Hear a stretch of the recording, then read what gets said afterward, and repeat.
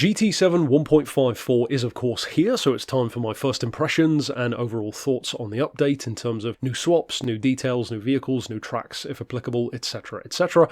There are a couple of interesting additions to this one. Of course the engine swaps we'll get into more so tomorrow, but some of them are immediate ones like with the Suzuki Jimny. And in terms of details which you might have missed, I certainly would have because it's not something I would have gone to check, but thanks to folks on the Discord noticing this, the Mercedes Vision GT of all things now actually has a fully detailed interior.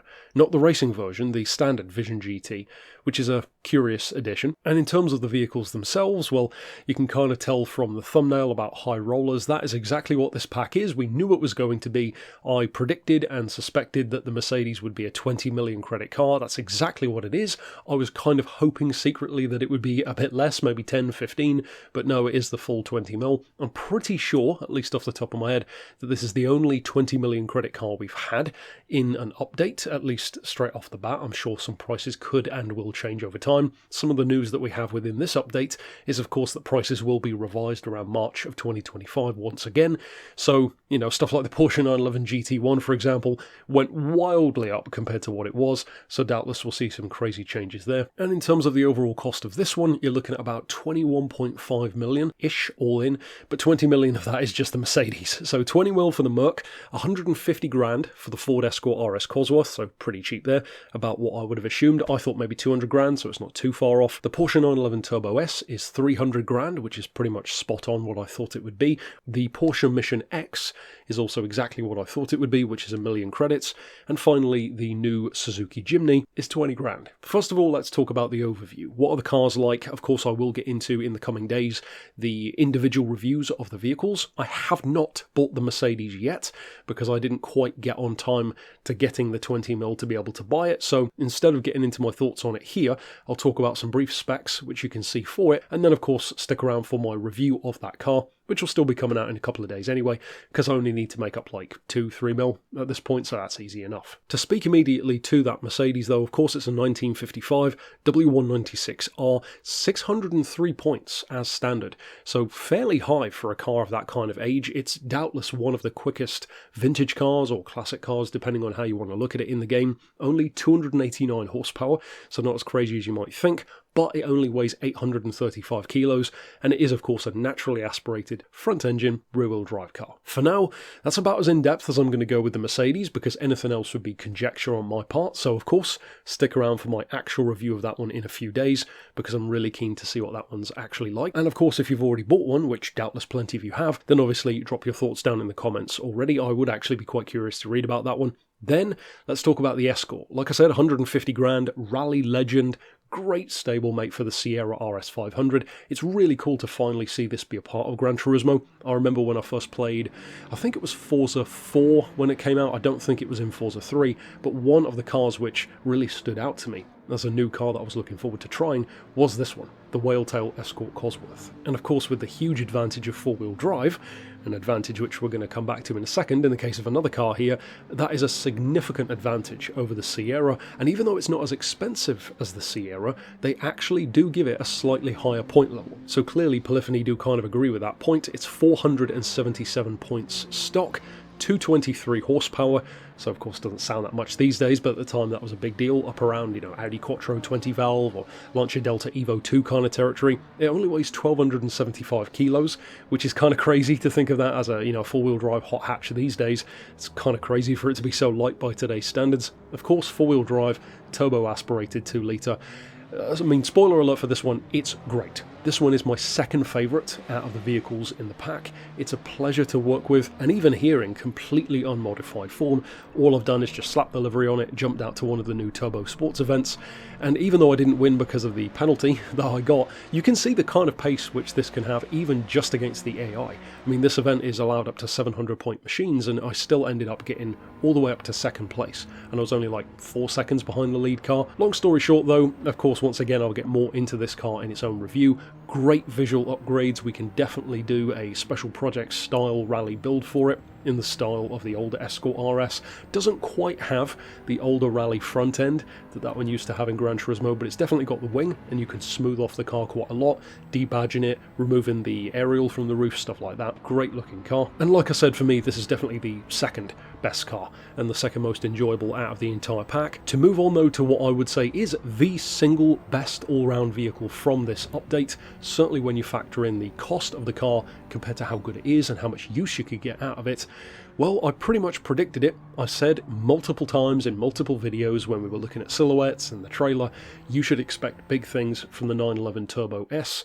And that is exactly true. It is brilliant, and fully built, you can get way over 800 horsepower out of it. I haven't even bothered to build mine up yet, because it's already got 640. It weighs 1640 kilos, which sounds ridiculous for a 911, and although I haven't driven a 911 Turbo yet in real life, the closest I've gotten to one of these was a 991 generation, I think it was, Targa 4S, which of course has a very similar kind of size, and you'll notice here in the race, it's a way bigger car now than older 911s, and that was a relatively recent thing. Even the 997 shape was still a fairly compact car, especially when it comes to width, and to me that's the one thing which I miss about the older 911s, and trust me, you can definitely feel the difference in real life. Being a bigger, wider, heavier car is all well and good on a track, but on real road, really anywhere in Europe, with tighter, twistier corners, you definitely notice the difference in size, weight, and especially width. Don't get me wrong though, this thing is fantastic. It doesn't feel anywhere near to 1600 kilos. You could easily fool someone into thinking it was maybe 1350, 1400. The four-wheel drive is really good. You've got some of that distinctive understeer if you pile on a little bit too early, but it's super forgiving. Imagine something like an R35 GTR, but that feels half the weight, half the size, and even more charismatic, even more, filled with personality compared to a GTR. So in other words, a pretty damn good car, which is why I love 911 so much. They really are that fantastic to drive in real life as well. 300 grand is superb value on this thing, and it's 621 points, just under 622. I'm really looking forward to seeing what this thing can do fully built, because it's a beast, and I will build it up for my individual review. I might even review this one first out of the 5 cars in the coming days, and that will be Saturday, most likely. The next one I'll touch on very briefly because, well, to be honest, there's not too much to say, and that is the newer Suzuki Jimny. It's the 2018 Jimny Sierra JC. It's cheap, it's got slightly more power, slightly more weight, chunky wheel arches, and that's about it in terms of relevant standard differences. I'm using it here in the Jimny event. You can already win the race easily without doing anything to it, so against other low-level cars, it's fine. You can immediately motor swap it, so obviously you can make it way more powerful and way quicker. We'll get into that tomorrow. And for me, my thoughts are never really going to fully move past, well, what it is, a variant that nobody was asking for. I mean, I didn't hear people clamoring for another Suzuki Jimny, and even for me, as complacent as that can sound, I would have preferred even something like a classic Jimny instead, because at least that feels genuinely different. So, I don't know, Kaz must love the Jimny for some reason, I don't know why, but sure, it's not bad, it's just nothing special, and neither is the normal Jimny, but anything that's special about the normal one, this is pretty much the same on, for all intents and purposes. You'll notice that I've left what should be the most undeniably insane car out of the 5, the most Vision GT-esque, even though it isn't a Vision GT car, until last. The 2023 Porsche Mission X. Like I said, it's 1 million credits, which is exactly what I thought it would be. It's got 1341 horsepower, so on par with a Koenigsegg 1-to-1. It looks stunning, in my opinion. Awesome cockpit cam. You'll see me using it in the latest time trial event at the Red Bull Ring. And even though you're not told in the dealership, unlike a Koenigsegg, of course, being fully electric, which I know any of you who were interested are now fully disinterested probably, it weighs 1600 kilos, so it definitely is not a 1-to-1 vehicle like the Koenigsegg, but it does at least have that level of power. That, unfortunately, is where the good part ends, because this car is trash. I hate the Porsche Mission X in this game because it's such a fundamentally flawed vehicle, because it undermines itself, or rather whoever designed the car undermined it in terms of its technology, because on the one hand, you've got a car with literally Koenigsegg level power, but it can barely do over 200 miles an hour because of the direct drive gearing. So yes, the acceleration is very quick. That surely should make up for it, Tesla style. But here's the problem. It doesn't make up for it because it's rear-engine rear-wheel drive. So in very real terms, even with racing soft tyres, the best tyres you can theoretically get in the game, which you can see me driving on here, it constantly tries to shred up those rear wheels out of every single corner, which means in practice you can use barely half the throttle to exit a corner without trying to drift all over the place and spinning the car around. That's the fundamental problem with a direct drive 1300 horsepower car, electric or not to be honest, putting it all through the back end. This car feels like it desperately wants to be something like a Koenigsegg Regera, but just doesn't have any of the charm, and it certainly doesn't have anywhere near the top-end performance. For me, this was the biggest disappointment out of all 5. Not that I was expecting it to be my favourite car or anything, but I did think it was going to be better than this. As it happens, it may not be a Vision GT car, but ironically, it's actually worse than a lot of them, which I really hate to say because it had a lot of potential in the same vein as something like a Porsche 917 Living Legend, which of course we had from day one, and that is a brilliantly useful car, especially up around the 800 point level. It genuinely is a really good car.